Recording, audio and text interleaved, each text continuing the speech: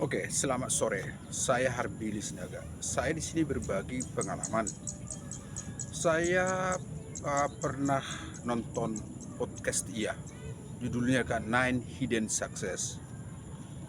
Saya di sini memberitahukan, menginformasikan, memang kalau sukses itu menurut podcast itu dia bilang itu harus ada clarity, emotion, dan purpose dia bilang itu.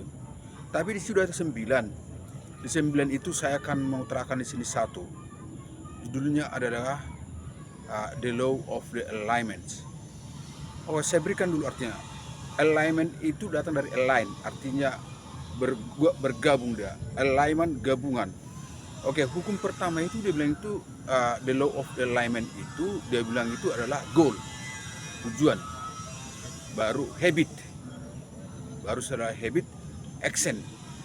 Setelah action, baru setelah terakhir dia bilang itu harus ada emotion. Sebenarnya dalam istilah penelitian itu ada X ya, X1, X2, X3, X4 menuju Y itu sukses.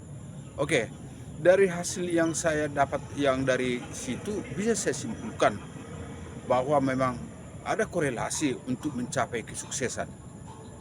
Dan di situ saya tonton juga dia bilang gini, seorang atletis contohnya pemain bola yang sudah terkenal seperti Ronaldo katanya, dia bilang ini ada hubungannya itu satu, gizi yang bagus, latihan yang bagus, dan strategi yang bagus supaya bisa mencapai pemain bola yang bagus. Itu bisa juga diterima kali juga gitu.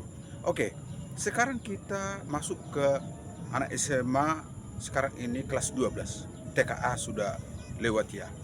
Sekarang ini kita menuju UTBK. Menuju UTBK ini saya pikir dia punya ada hubungannya ya.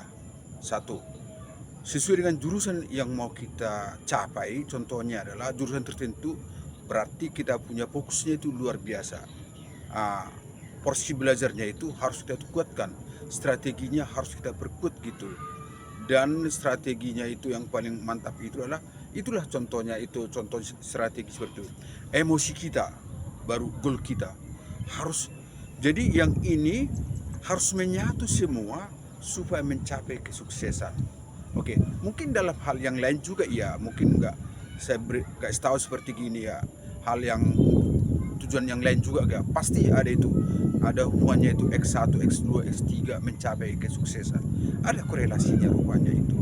Dan ini saya dapat juga ketika saya belajar mengenai korelasi tadi, banyak D1 dan D2 sangat membantu ini. Semoga dengan pengalaman saya ini, sharing saya ini, mungkin Bapak Ibu atau yang mendengarkan ini atau sedang berjuang mencapai sukses, particularly anak kelas SMA kelas 12, mungkin agak sangat bermanfaat. Saya pikir itu ada korelasinya itu. Di dalam itu yang penting adalah emosinya dan kesehatan harus dijaga. Semoga dengan sharing saya ini akan bermanfaat untuk kita semua. Terima kasih.